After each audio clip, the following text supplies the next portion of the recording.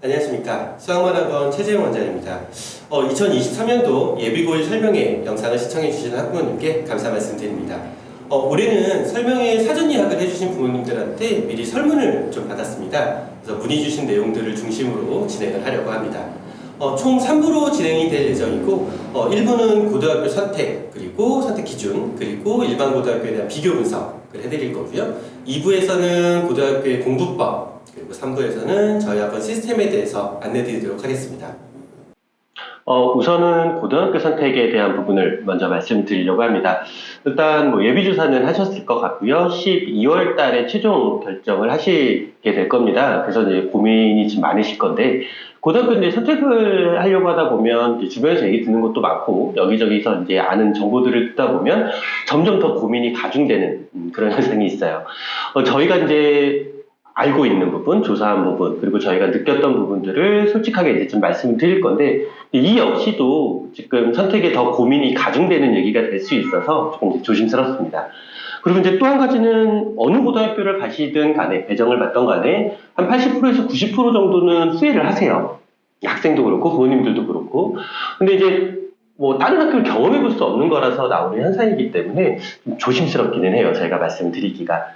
근데 학생한테 최대한 후회 없는 어떤 선택을 할 수 있게, 최대한 위험성을 덜릴 수 있게 저희가 좀 도움을 드리고자 이 영상을 제작했습니다. 고등학교 선택의 가장 큰 목적은 일단은 대입이라는 대전제 하에 여러 가지 것들을 좀 생각을 해보셔야 될 것 같아요. 첫 번째로 신경 쓰셔야 될 부분은 통합거리라고 생각을 해요. 일단 자사고나 특목고를 생각하신다면 다른 장점을 보고 가는 거라 어느 정도 통합거리를 포기하는 부분도 있겠지만, 고등학교 3년이 생각보다 긴 시간입니다. 그러니까 고등학교 3년은 체력전이기도 하고요. 길거리에 버리는 시간이 굉장히 아까운 시기예요.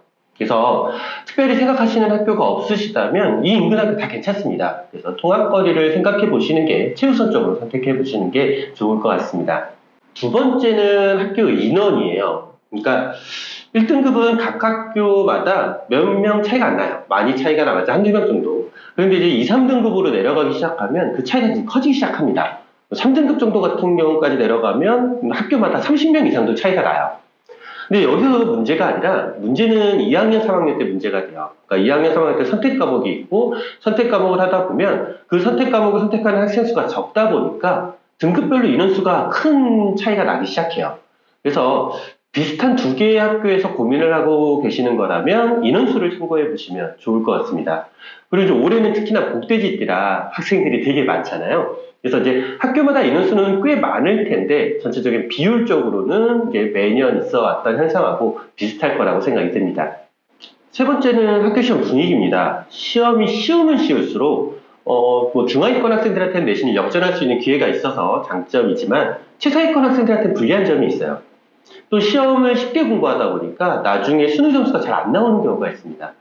근데 반대로 이제 시험 문제가 어려우면 하위권 학생들이 내신이 어느 선 이상 올라가는 게 굉장히 어려워요. 정말 많은 노력을 해야 되고요. 근데 이제 반대로 그렇게 어렵게 공부를 하다 보니까 나중에 수능을 좀 어느 정도 잘 볼 수 있는, 그거하고 연결이 되는 경우가 있습니다. 그래서 이 부분은 확실히 유불리가 있는 것 같아요. 그래서 잘 한번 생각을 해보셔야 될 것 같고요. 네 번째는 학교별로 대학 입시 전형 비율입니다. 그러니까 지금은 이거다라고 정해놓는 거 굉장히 위험해요. 일단 고1은 무조건 내신에 집중하는 게 맞습니다. 그런데 자기가 이제 지원할 고등학교, 거기에 정시, 학종, 교과, 내신 합격 비율을 조금 미리 확인함으로써 추후에 생길 수 있는 유불리를 좀 생각을 해볼 수가 있거든요. 그래서 그것도 한번 확인해 보시면 좋을 것 같습니다.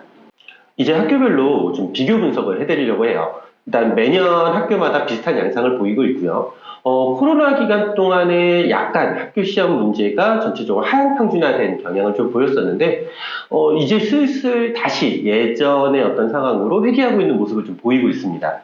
그러니까 어려웠던 학교는 더 어렵게 지금 출제가 되고 있고요. 쉬웠던 학교들은 더 쉽게, 그러니까 예전으로 회귀하는 모습을 좀 보이고 있어요. 그리고 이제 문제는 현재 예비고일을 앞두고 있는 학생들은 코로나 기간을 중학교 때 보냈죠. 그러다 보니까 학생들마다의 학습 격차가 좀 생겼어요. 그리고 스스로 공부하는 습관 자체도 큰 차이가 생겼습니다. 그래서 시험 문제가 쉬우면 쉬울수록 그런 부분들이 잘 안 보이는데, 시험 문제가 어려워지면 그 부분이 확 차이가 나게 됩니다. 그래서 시험 문제가 좀 어렵게 출제된다고 하는 대진, 대진여, 재현, 선덕, 같은 경우는 예비 고일 학생들의 어떤 성적 편차가 굉장히 클 걸로 예상이 됩니다. 일단 남학생들이 갈 수 있는 학교들을 좀 비교해서 말씀을 드릴게요. 일단 명수로 따지자면 청운고가 제일 많습니다. 그리고 서라벌, 재연, 대진, 상명, 불암 순으로 보시면 될 것 같고요. 학교 시험 난이도로 따지자면 대진이 제일 어렵다라고 볼 수 있고요. 대진, 재연, 서라벌, 청원, 불암, 상명 순으로 생각을 하시면 될 것 같습니다. 근데 이제 시험 문제가 어렵다. 이제 뒤에 가서 다시 한번 말씀을 드리겠지만 대진하고 재연이 문제는 어렵다고 하지만 그 어려운 분위기가 조금 달라요. 그 부분은 뒤에 가서 좀 말씀을 드릴게요. 그리고 이제 학교별로 진학하는 어떤 그 입시 전형 비율을 보면 아무래도 대진하고 재연이 학교 시험이 어렵다 보니까 정시 비율이 굉장히 높아요. 그리고 학종 비율도 재연고 같은 경우는 높은 편이고요. 서라벌 같은 경우는 고르게 높은 편입니다. 그리고 청운고 같은 경우는 학종 그쪽이 좀 높은 편이고요. 이번에는 여학생들이 갈 수 있는 학교들 중에서 좀 비교를 해드릴게요. 일단 인원수로 보면 청원여고하고 대진여고가 제일 많습니다. 그리고 상명, 해성, 불암, 용화여, 그리고 영신여 학생들이 이제 순으로 있고 여학교들은 이제 명수가 그렇게 큰 차이가 보이고 있진 않아요. 근데 영신여고가 좀 유독 좀 작은 편이긴 하고요. 시험 난이도로 보면 대진여고가 압도적으로 좀 어려운 편입니다. 나머지는 비슷하다고 볼 수 있는데 그 안에서 따져보자면 용화여, 청원여, 영신여, 불암, 해성여, 상명고라고 생각을 하시면 되고요. 여기 말씀드리는 시험 난이도는 이제 저희 학원이 수학학원이다 보니까 수학 시험에 관련된 난이도를 말씀을 드리는 겁니다. 다른 과목이 아니고요. 대학 입시 전형을 보면 대진여고는 학종하고 정시 쪽에서 많이 강점을 보이고 있고요. 영신여고는 학종하고 교과 전형, 용화여고 같은 경우는 교과 전형에서 많이 두각을 보이고 있고요. 해성여고 같은 경우는 학종하고 교과 전형, 그리고 청원여고도 교과 전형 쪽에서 많은 대학 입시 합격률을 보이고 있습니다. 이제 학교별로 소개를 좀 해드리려고 합니다. 일단 대진고. 대진고 같은 경우는 일단 넘사벽이 너무 많다. 잘하는 학생들이 너무 많다. 시험 문제가 너무 어렵다. 그런 소문이 많은 학교입니다. 그러다 보니까 지원을 할지 말지 같은 이유로 고민이 되는 학교예요. 또 이제 과중학교다 보니까 우리 애가 과학을 잘 못하는데 대진고를 가도 되나? 이런 고민도 많이 하세요. 근데 과중반이라고 해서 꼭 과중반을 해야 되는 건 아니니까 대진고 가서 일반반 하셔도 상관없습니다. 그러니까 제가 수업했던 학생들 중에서도 전교 1등인데 일반반이었던 학생들 많이 있어요. 그래서 꼭 과중반을 할 필요는 없고요.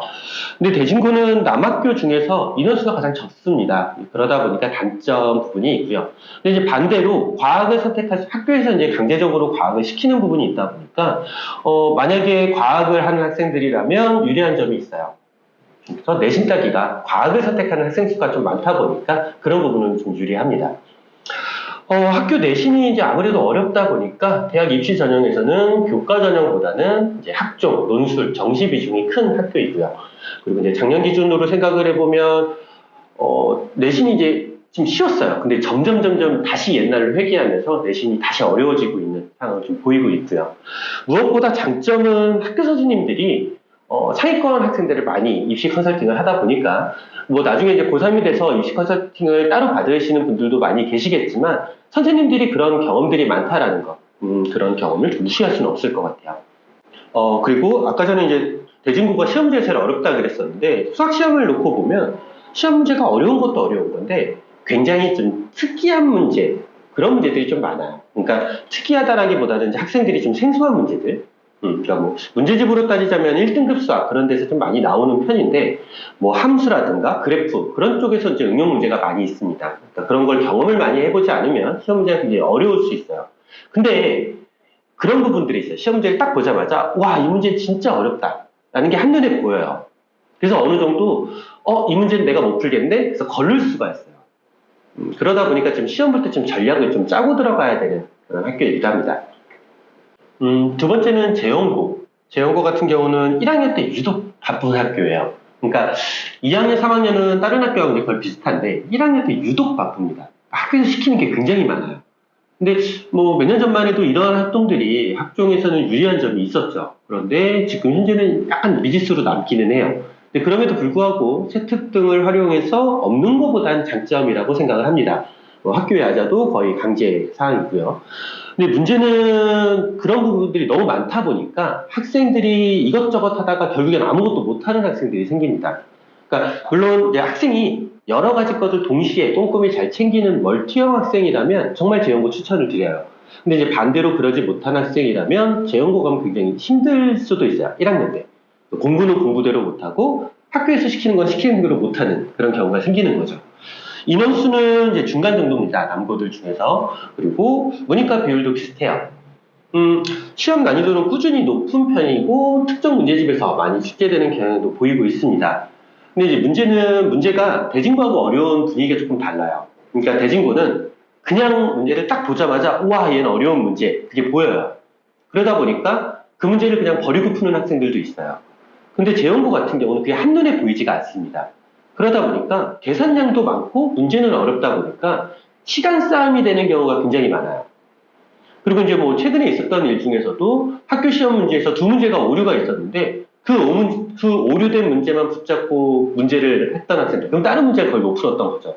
그런 학생들 같은 경우가 너무 많았기 때문에 재연고 같은 경우는 시험 볼 때 시간 안배 연습이 꼭 필요한 학교입니다. 상위권 대학은 꾸준히 많이 보내고 있는데 재연구에서 시키는 거에 비해 좀 아쉽지 않나라는 생각도 좀 듭니다.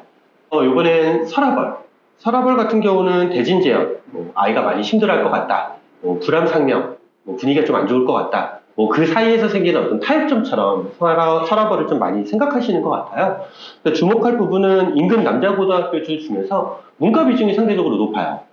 문이과 폐지가 됐지만 2학년 선택 과목을 생각을 해보면 이 안에서 내신 경쟁을 해야 되니까 명수가 많은 게 유리합니다. 문과를 생각하는 학생이라면 한번 생각을 해보실 필요가 있고요. 또 국가에서 이제 컴퓨터 관련된 IT 관련된 지원을 받는 학교다 보니까 그쪽 관련된 과를 생각을 하신다고 해도 좋은 학교일 것 같습니다. 시험 문제가 그렇게 쉽지는 않고요. 그리고 잘하는 학생들이 상대적으로 많아요. 그러니까 대진, 재연을 피해서 온 그런 사회권 학생들이 많았었고요, 여태까지. 그래서 내신을 받기가 그렇게 상대적으로 쉽지는 않습니다. 합격생 비율을 보면 눈에 띄게 고대 합격생들이 많이 높아요. 그리고 학종, 교과, 정시에 고르게 합격 비중이 좀 높은 편입니다. 조금 다른 얘기를 조금 말씀드릴 건데, 이과 계열을 선택하는 학생이라면 보통 수능 볼 때 미적분을 선택을 하고요. 문과 계열을 선택하는 학생은 대부분 수능 볼 때 확률 통계를 선택을 합니다. 근데 이 확률 통계 부분이 청운고 같은 경우는 2학년 때 이제 수업을 문이과 구별 없이 수업을 진행을 하고요. 재연고 때는 재연고나 상명 같은 경우는 고3 때 확률 통계 수업을 진행을 합니다. 대진하고 대진여고 같은 경우는 선생님들이 상담을 통해서 최대한 3학년 때 많이 수강을 할 수 있게 유도를 하고 있어요. 근데 이제 서라벌은 몇몇 정교권 학생들을 제외하면 거의 100% 자율에 맡기고 있어요. 이 부분을 왜 말씀을 드리냐면 이과 계열 학생들은 대부분 확률 통계를 수능을 보지 않아요. 하지만 대학교 자료를 보면 추천 과목으로 되어 있어요. 그러다 보니까 확률 통계를 수강하는 것이 입시에 유리하다, 불리하다, 별 도움 안 된다, 여러 가지 얘기에 논박이 아직도 있습니다. 아직 결과가 나온 게 하나도 없어서 아직도 논박이 있는 부분인데, 한 가지 확실한 건 어느 정도 잘 했을 때 얘기예요. 그러니까 수학이 부족하고 미적분하기도 너무 힘든데 진로 과목도 아닌 등급이 나오는 확률 통계 과목을 같이 수강을 하면 굉장히 힘들어하는 학생들이 많이 있습니다. 그러니까 이런 부분을 이제 강제로 시키는 학교들을 보면 1등급 인원을 늘리려고 하는 그런 전략도 있어요. 그러니까 학생 상황에 따라서 이 부분이 굉장히 장단점이 될 수 있는 부분이에요. 그냥 자기가 들러리가 될 수 있는 부분이기 때문에. 그래서 다른 학교들은 거의 반강제적인데 서라벌은 좀 이런 부분에 대해서 좀 자율권을 주는 경향이 있어요. 그러니까 예를 들어서 지금 확률 통계를 말씀을 드린 거고, 이런 부분뿐만 아니라 서라벌은 좀 자율권이 좀 높은 학교입니다. 그러다 보니까 장단점 둘 다 가지고 있는 부분이죠. 네 번째로는 청운고.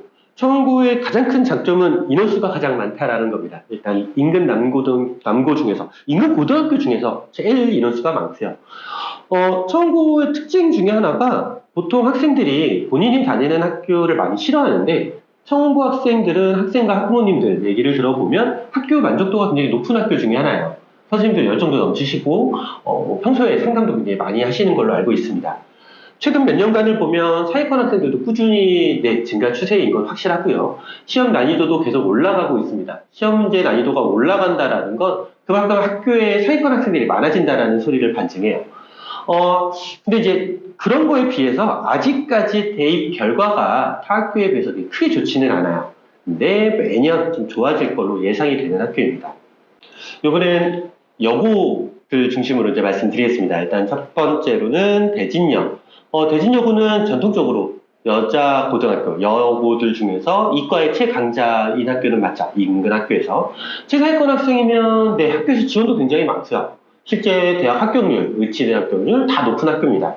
그래서 이제 상위권에 대한 어떤 입시 전략에 대한 노하우도 선생님들이 많이 갖고 계세요.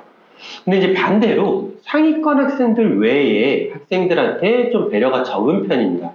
그러니까 너무 상위권 학생들한테 학교 어떤 전략이 집중되어 있어요. 그러다 보니까 고등학교 학생들이라면 피할 수 없는 부분이긴 하지만 좀 학업 스트레스가 좀 큰 학교이기도 합니다. 뭐 이 스트레스가 어떤 학생들한테 큰 득이 되겠지만 어떤 학생들한테는 독이 될 수도 있거든요. 인원수는 여고들 중에서 청원여고 다음으로 많습니다. 거의 비슷하다고 보는 게 맞고요. 무엇보다 이과 비중, 여고들 중에서 이과 비중이 유일하게 되게 높은 학교예요. 그래서 이과를 희망하는 학생이라면 생각해 보시면 좋을 것 같습니다. 대진여고는 전통적으로 마지막 두 문제가 굉장히 어렵게 쉽게 되는 게 일반적이었어요. 그런데 이제 최근 몇 년 동안은 그러한 녀석이 좀 점점 없어지는 대신 문제 전체적인 난이도가 올라갔습니다. 인근 여고들 중에서 시험 문제가 어려운 건 맞고요. 문제의 본질을 잘 파악하지 못하면 굉장히 계산량이 많아지는 문제들이 많아서 문제를 제대로 파악하는 연습, 또 시간 안배하는 연습이 많이 필요한 학교입니다. 네, 학교에서 주기도 하고요. 교과서 DB 파일이라는 게 있는데 거기서 많이 출제가 되다 보니까 몇 번씩은 반복을 하고 들어가는 게 좋습니다. 내신 경쟁이 치열하다 보니 학종하고 정시 비중이 굉장히 높은 학교고요.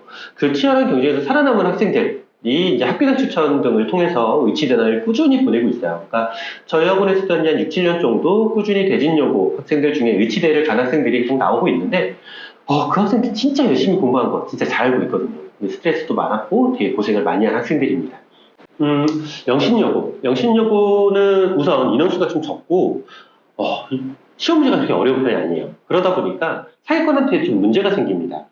학생 수가 많고 시험 문제가 어려운 학교 같은 경우는 전교 1등이 한 1.2에서 1.5 정도의 내신 등급을 받아요. 근데 영신여고는 명수가 적고 시험 문제가 그렇게 어렵지 않다 보니까 상위권에서 등급이 자꾸 바뀌는 경우들이 많아요. 그러다 보니까 전교 1등이라고 불리는 학생들이 1.7, 1.9 뭐 이렇게 등급을 받는 경우가 있습니다. 내신 0점 몇이 굉장히 중요한 의치대 같은 경우 이런 부분들이 문제가 생겨요. 근데 반대로 중상위권 학생들 같은 경우는 타 학교에 비해 등급을 올리는 부분들이 쉬운 부분이 있죠. 명수가 적고 시험 문제가 쉽다 보니까 집중해서 공부를 해서 한두 문제를 맞추면 등급이 확 올라가게 되는 거죠.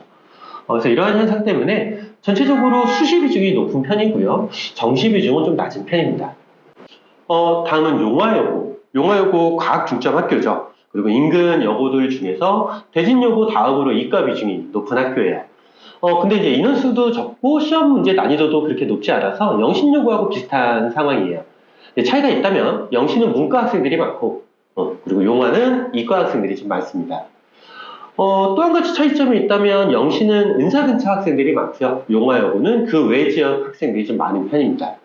여러 가지 장단점은 있겠지만 영신하고 용화는 큰 차이가 없는 걸로 보여요. 그래서 이제 문이과하고 통합거리를 고려하셔서 그 두 학교에서 고민이 되신다면 선택을 하시면 될 것 같습니다.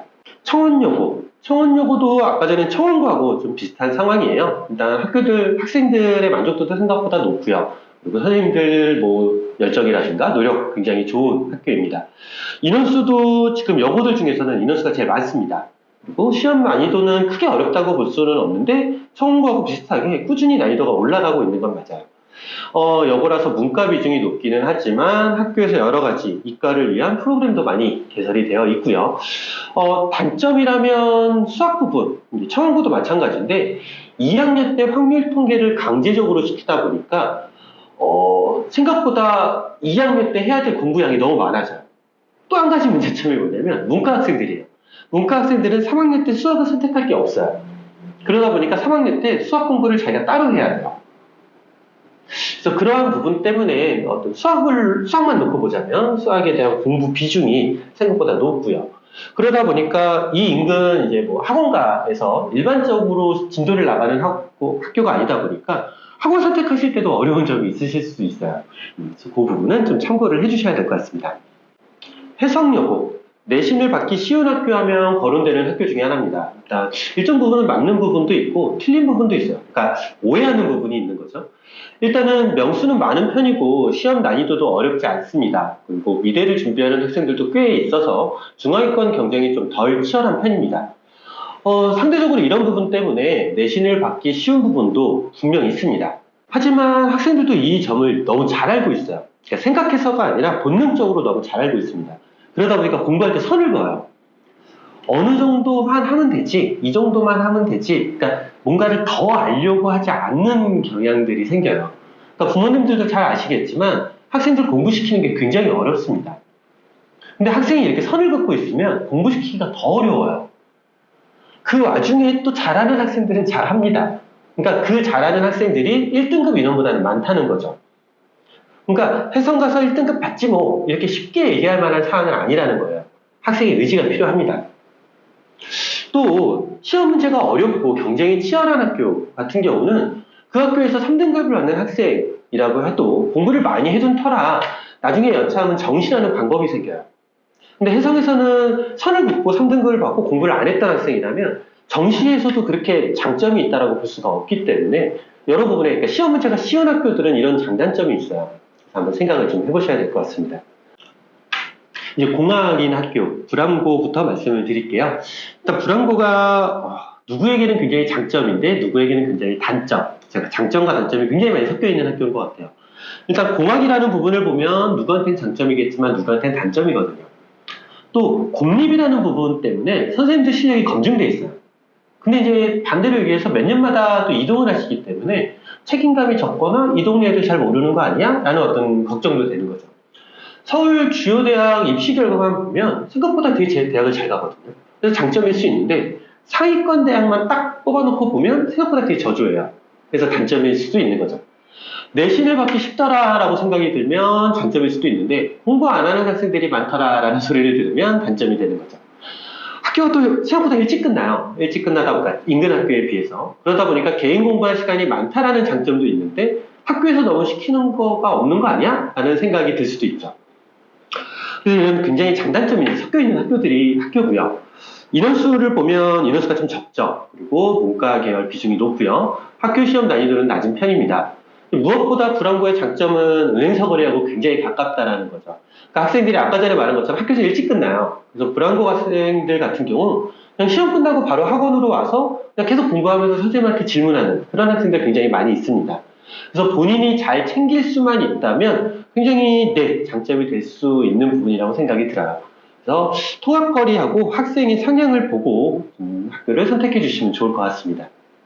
다음은 상명고. 상명고는 내신 받기 쉬운 학교로 어머님들 사이에서 일단 해성여고하고 같이 말이 많이 나오는 학교입니다.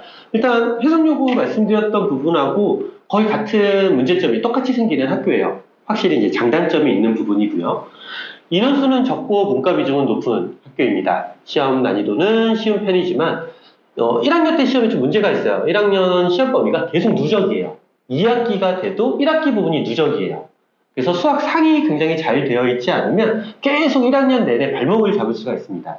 물론 2학년 때부터는 누적이 아니에요. 근데 1학년 때가 누적이라서 수상을 특히나 좀 잘 해두실 필요가 있습니다. 또 학교 홍보 자료를 보면 중학교 때 상위 30%대 학생이 고등학교 와서 상명고 와서 내신 2등급을 받고 좋은 대학에 갔다라고 써있는 부분을 봤거든요. 근데 이제 이 부분을 돌려서 얘기하면 상대적으로 내신을 받기 굉장히 쉽다라는 거고요. 상위권 학생이 그만큼 적다라는 얘기이기도 해요. 그래서 내신을 받기가 쉬운 학교인 건 확실히 맞습니다. 이를 반영하듯 인근 학교에 비해서 수시 교과 전형이 압도적으로 높은 학교고요. 확실히 이제 내신 장점인 건 맞는 거죠. 그리고 정시 비중은 근데 20%도 안 돼요. 그래서 인근 학교에 비해서 좀 큰 차이를 보이고 있습니다.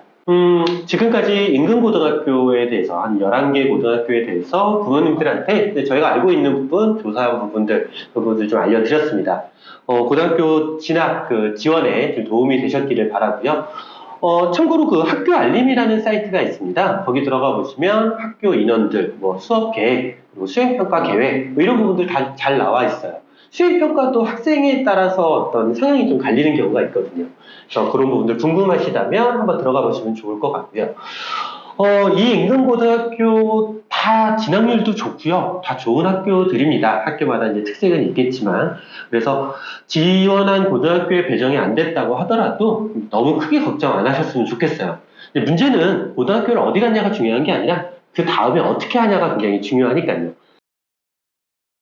2부를 진행하기 앞서 고등학교 가면 성적이 떨어진다는 얘기를 좀 많이 들으셨을 거예요. 그러니까 이 부분이 이제 실제 떨어지는 경우들도 있겠지만 고등학교 그 올라가면서 성적의 산출 방식의 차이로 착시 현상 같이 보이는 것들이 많습니다. 이 성취도 A를 받는 90점 이상인 학생들이 이 인근 고등학교, 인근 중학교의 대략 한 21%에서 25% 정도까지를 차지를 해요. 근데 이제 이게 고등학교에 올라가면 3등급이 23%까지거든요. 그러니까 다시 얘기해서 성취도 A를 받았던 학생들도 고등학교 가면 4등급까지도 받을 수 있다는 소리가 됩니다. 그래서 고등학교 첫 시험을 보고 나서 학생들도 부모님들도 많이 충격을 좀 받으세요. 그래서 주변에 보시면 중학교 때까지 두각을 보이지 않던 학생들 중에 고등학교 가서 갑자기 확 전교권에 드는 학생들이 있고요. 그리고 중학교 때 정말 잘한다라고 했던 학생들도 있는데 고등학교 가서 헤매는 학생들이 있어요. 그래서 왜 이러한 차이가 생기는지, 그럼 이제 어떻게 공부를 해야 되는지 이제 2부에서 말씀드리도록 하겠습니다. 이번 순서는 저희가 이제 우지석 부원장님을 모시고 지금 고등학교 때 어떻게 공부해야 되는지에 대한 얘기를 좀 같이 말씀을 드릴게요. 저희가 우지석 부원장님이십니다. 네, 안녕하세요. 지금 이제 고등학교 때 이제 어떻게 달라지고 어떻게 공부해야 되느냐라는 질문이 좀 많으셨어요. 어떻게 공부를 해야 될까요? 일단은 공부하는 방법보다 일단은 먼저는 이제 무엇이 달라지고 그 다음에 그에 따라서 어떤 방식으로 공부하는 게 제일 좋은지를 설명해 드리는 게 좋을 것 같아요. 일단은 중학교에서 고등학교로 이제 넘어가면서 달라지는 것들, 사실 이제 저희 학원 만통 그 영상에서 보면은 많은 영상들이 올라가 있어요. 그래서 간단하게 요약을 좀 해본다면, 일단 간단하게 가장 먼저는 배울 게 많다라는 거겠죠. 그래서 중학교 때 그냥 따지고 본다면 중학교 때 3년 동안 배우는 양이 고등학교 1년, 뭐 적게는 1학기 내 안에 다 배운다고 보셔도 될 만큼 공부 양이 확실히 달라지는 부분들이 하나가 있어요. 두 번째는 문제 유형이 파생되는 유형들이 좀 더 많아져요. 그러니까 중학교 같은 경우는 A를 배우면 A에 관한 유형만, B를 배우게 되면 B에 관한 유형만 된다면, 고등학교는 배우는 유형도 많을 뿐만 아니라 A를 배웠는데 A를 출제하고, 그 다음에 B를 배우면 B도 출제하지만 A와 B가 섞여있는 스타일의 문제들도 출제하고, 이것처럼 좀 더 파생되는 양들이 훨씬 더 많아요. 그러다 보니까 유형 양도 좀 많고 유형별로 변형되거나 하는 것들이 훨씬 더 많기 때문에 학생들은 하나의 유형을 배웠을 때 분명히 A 스타일은 풀 수 있는데 약간 변형된 스타일은 못 푸는 그런 일들도 많이 발생을 하게 돼요. 그 다음 세 번째 부분인데, 요거 이제 시간이 부족하다는 거예요. 왜 시간이 부족하냐? 뭐 배우는 양 자체가 많기 때문에 시간이 부족한 것도 있는데, 일단은 그거 이외의 것들도 되게 많아져요. 학생들이 중학교에서 이제 고등학교 때 딱 넘어왔을 때 가장 많이 듣는 말 중에 하나가 시간이 없다. 맞아요. 그리고 중학교 때 이제 겨울방학 때 공부를 하고 나서 학기 딱 들어가면 그렇게 조는 아이들이 정말 많아져요. 거의 대부분이 이제 학교에 가면 이제 시키는 것들이 많죠. 뭔가를 발표해라, 뭐 보고서 같은 걸 써서 내라, 뭐 언제까지 뭘 읽고 뭘 하라라고 하는 것들이 많아지고, 그리고 그런 것들이 단순하게 짧은 시간이 걸리는 게 아니라 생각보다 좀 긴 시간이 걸리는 것들이 많아요. 그러다 보니까 자연스럽게 이제 시간이 많이 부족하게 되는 거죠. 공부할 수 있는 양은 많아졌고 시간은 부족하다. 이게 이제 가장 큰 포인트라고 볼 수 있어요. 그러니까 중학교 때에 비해서 고등학교 올라가면 일단 배우는 것도 많아졌고, 그죠? 유형도 복합적으로 막 혼합이 되면서, 근데 학교에서 시키는 것도 많으니까 바빠지고 공부할 시간이 부족하다는 거겠죠. 자, 그럼 고등학교 가면 이제 시간이 부족해요. 그럼 이제 공부를 어떻게 해야 될까요?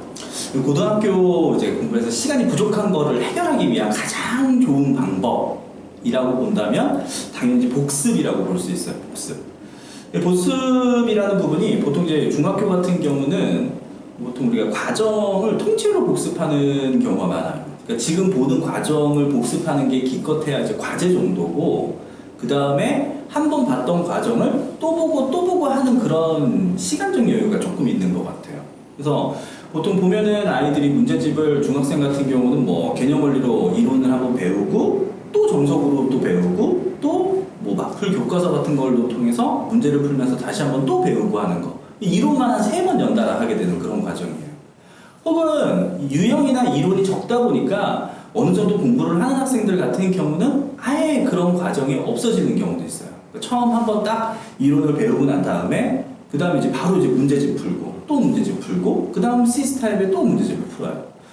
유형이 적다라는 게 A라는 유형의 문제집을 딱 풀면 이때 중학생한테 필요한 기본적인 유형이 거의 다 들어있다라고 보는 게 맞거든요. 그러니까 A 문제집을 풀면 거의 다 있으니까 한 번 다 복습이 되는 거고 다음에 또 B 문제집을 풀면 또 유형이 한 번 정도 다 보는 거죠. 그러니까 1이라는 유형과 10이라는 유형을 한 번 볼 때마다 전부 다 볼 수 있다는 거예요. 근데 이제 고등학교 같은 경우는 문제집이 포커스라는 게 조금 다를 때가 있어요. 어떤 문제집은 뭐 1부터 한 10까지가 들어있다면 어떤 문제집은 한 5에서부터 한 15까지 또 어떤 문제집은 또 그 다음에 어떤 과정이 들어가 있어요. 즉 한 문제집을 다 푼다고 해서 어떤 유형을 계속 뭐 A 문제집을 풀고 B 문제집을 풀고 C 문제집을 풀었는데 3개 풀었는데 들어있는 유형은 딱 한 문제밖에 없는 그런 유형도 가끔은 있어요. 근데 또 그게 시험에 나오죠. 그쵸. 그래서 또 그 유독 또 그런 걸 좋아하는 학교들이 있어요. 그 잘 나오지 않는 거, 아이들이 자주 틀리는 거 이런 것들이 고등학생 같은 경우는 그런 특수한 형태들 이런 것들을 꼬박꼬박 좀 체크해 놓을 필요가 있어요. 그래서 본인이 문제집마다 전부 다 확인을 해놓고 나중에 내신 대비가 됐든 혹은 수업이 지난 다음에 반드시 한번 다시 풀어보고 다시 풀어보는 과정을 해야지만이 그런 부분에 대한 연습이 돼요. 이제 우리 학원 같은 경우는 사실 이제 내신 대비 교재 특히 내신 대비 교재 그런 것들을 꼬박꼬박 모아놓죠. 뭐 학교에서 출제된 것들, 문제집에 있는 것들 뭐 이런 것들을 어차피 이게 나올 건 뻔히 알고 하니까 그래서 그런 것들을 내신 대비 교재에 넣어놓고 하다 보니까 보통 그때 학생들한테 항상 이야기해 주는 게 이제 내신 대비 교재를 풀어라. 니들이 문제집 3권 풀 때 내신 대비 교재 우리 한 권 풀면 여기 다 들어가 있으니까 일단 이거 풀고 시작하자 라고 얘기를 좀 하는 편이에요. 특히 상위권한테도 그렇고 상당히 도움이 많이 되는 그런 교재 중에 하나죠. 그러니까 뭐 고등학교 때도 중학교 공부한 것처럼 그 문제집을 통째로 뭐 많이 풀면 되는 거 아니에요. 이제 뭐 결론적으로 그게 해결책이 될 수도 있어요. 그런데 이제 문제는 그럴 시간이 안 된다라는 거죠. 그러니까 본인이 잘 알고 있는 유형까지 계속 반복적으로 그걸 문제집을 다 풀 시간이 도저히 안 되니까 문제집마다 나오는 어떤 특이하거나 자기가 잘 틀리는 유형들을 잘 취합을 해서 그걸 반복을 해야 되는데 그게 이제 학생들이 하기가 좀 어렵다 보니까 그럼 정말 많은 문제집을 풀어야 되니까 이제 저희 학원에는 이제 그런 식의 어떤 교재를 잘 모아놔서 저희 학원 애들 같은 경우는 이제 그 부분을 계속 반복을 시키는 경우가 되게 많이 있거든요. 두 개를 좀 병행하는 편이죠. 그래서 특히 상위권, 그래서 내신 대비 교재도 반복적으로 보게 하면서 그 다음에 보통 아는 문제를 또 푸는 거죠. 훨씬 더 문제를 푸는 속도도 빨라지고 일단은 거기 있는 특수한 유형을 이미 알고 있기 때문에 빨리 문제를 또 풀게 되고 내신 대비도 훨씬 더 수월해지고 그런 것들이 좀 있어요. 그럼 좀 구체적으로 복습을 할 수 있는 좀 효과적인 방법 같은 게 없을까요? 말 그대로 효과적인 방법이죠. 우리가 복습을 하는 것 자체도 상당히 중요한데 사실은 이제 복습은 시기라는 부분이 좀 중요할 때가 있어요. 그래서 제가 학생들한테 이제 복습을 시키는 어떤 방법론 중에 하나로 일단 첫 번째로 배운 날 복습하기. 일단 배운 날 복습하는 건 배운 지 바로 얼마 안 됐어. 게다가 고등학생들이 수업이 듣다 보니까 이제 배우고 나서 바로 집에 간 다음이에요. 그래서 말 그대로 그냥 눈으로만 한번 훑어봐라. 그냥 문제도 풀지 말고 오늘 배운 거 다시 한번 확인만 해봐라. 이게 되게 잘하는 학생하고 못하는 학생하고 좀 차이가 많이 벌어지는 것 같아요. 그러니까 시간을 효율적으로 써야 되는데 방금 이제 부원장님 얘기하신 대로 배운 날 그냥 한 번만 읽어보는 정도 그 정도만 해도 확실히 기억이 잘 나거든요. 숙제 같은 경우도 배운 날 숙제를 하거나 아무리 늦어도 그 다음날에 숙제를 하면 한 1시간, 2시간 걸릴 것을 한 3, 4일 후에 숙제를 하면 4, 5시간이 걸리는 경우도 그렇죠. 있어서 그러니까 바로바로 공부하는 게 학생들 시간 관리에도 굉장히 효과적일 것 같긴 해요. 그래서 뭐 두 번째인데 요거 이제 방금 원장님이 해주신 말과 비슷해요. 근데 애들이 이제 첫 번째를 잘 못하거든요. 그러다 보니까 두 번째라도 꼭 해라라고 얘기를 해요. 특히 이제 학기 들어가면 애들이 이제 과제 때문에 바쁘다 보니까. 이게 뭐냐면 과제 전 혹은 과제 후 복습을 해라. 무작정 앉아서 문제만 풀지 마라. 그럼 결국은 그게 문제 푸는 게 내가 배우고 다음번 과제할 때까지 뭐 까먹은 게 있고 그 다음에 이제 문제 풀면서 그게 떠오르냐? 안 떠오르거든요. 그냥 본인이 머릿속에 기억난 거 푼 거고 나머지는 틀린 거고 뭐지 그런 상황인데 그걸 최대한 빠르게 좀 떠올리게 하는 거죠. 물론 시간을 투자해서 틀린 문제를 고민하는 거 이거 되게 좋아요. 되게 좋겠지만 문제는 시간이죠. 시간적 여유가 없을 때. 그래서 그때 복습이라도 해봐라. 모르는 문제를 배운 걸 다시 한번 확인해보고 그 다음에 거기 분명히 있을 테니까 그 다음에 그거 가지고 한번 문제를 다시 한번 해결해보는 그런 과정들. 그 과정인데 저는 개인적으로 두 번째를 가장 중요시 여겨요. 그래서 원장님 말씀대로 배운 날 과제를 하면 가장 좋겠지만 안 된다면 이렇게라도 해라. 그러니까 숙제를 하기 전에 배운 내용을 한 번이라도 읽어보고 과제를 시작하는 게 가장 효율적일 것 같다. 그렇죠. 그 다음에는 이제 또 다른 복습인데 새로운 과정이 들어갈 때가 있어요. 방학 때 뭐 배웠거나 이전에 배운 거를 다음번 그 과정이 들어갈 때 복습을 하는 거예요. 지금 요거 같은 경우는 제가 애들한테 이런 이야기를 되게 많이 해요. 결국은 고등학교 내신 과정에 사실은 거의 대부분을 차지하는 건 기억력 싸움이다. 기억하고 있느냐 없느냐가 가장 중요하다. 만났던 많은 아이들, 뭐 전교 등수 뭐 아주 높고 뭐 하다못해 뭐 1등 뭐 이런 아이들도 만나봤을 때 가장 특이한 것 중에 하나는 분명히 얘하고 내가 1년 전에 수업을 했어요. 1년 전에 수업한 내용인데 이거를 다음 1년 후에 내신 대비 과정 들어가는데 이미 다 알고 있는 거야. 와, 얘는 기억력이 너무 좋구나 라고 생각했는데 그 다음에 애가 그 전년도에 배운 교재를 들고 와서 질문을 하더라고요. 과정이 아직 들어가기 전인데. 그러니까 복습을 하고 오는 거예요. 아, 복습을 하고 오는구나. 어떻게 기억해요, 사실은. 다 기억하지 못하는데 그 소소한 내용. 아까 말씀드린 것처럼 되게 특수한 유형도 되게 많은데 그걸 다 기억해. 어떻게 기억하지? 신기한데? 그거 다 복습하고 오는 거더라고요.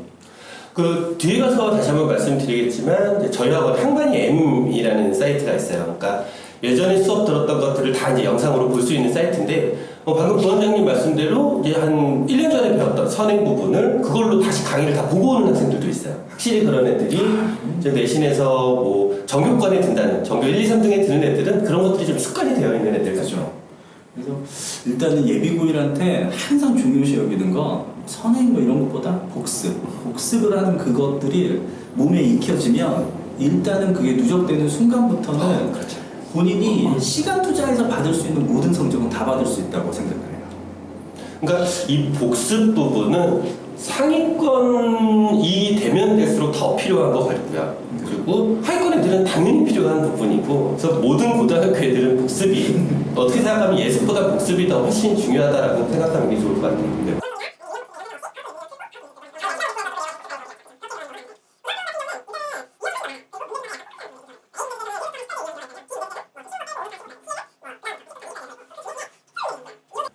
그럼 이제 평소에 공부할 때는 이제 복습을 이제 중요하다라는 얘기까지 말씀을 드렸는데요. 내신 대비 때 이제 공부하는 방법이 좀 달라질 수 있잖아요. 내신 대비를 어떻게 하는 게 가장 좋을까요? 그렇죠. 내신 대비지. 시험 준비는 이제 실전이에요. 당장 그 시험 안에서 50분이라는 시간 안에 아는 내용이든 어쨌든 모르는 내용이든 어쨌든 다 해결하고 나오는 과정인 거죠. 일단 뭐 학생이 뭐 복습을 하고 뭐 하고 했어도 시험에 들어가서 못 풀 수 있거든요. 그래서 이 부분을 해결하는 과정이 좀 더 필요해요.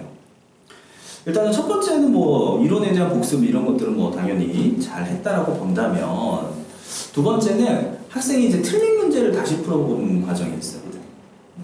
예를 들어서 방학 때 이제 공부를 했어. 그 다음에 이제 학기 들어가서 총정리를 시작하면서 이제 문제를 풀어요. 시험 이제 2달 남았고 그때 문제를 푸는데 틀렸어. 이 문제는 거의 100% 시험에 나오면 틀린다고 봐야 돼. 무조건 틀리는 거야. 맞아요. 학생도 그걸 알고 있어요.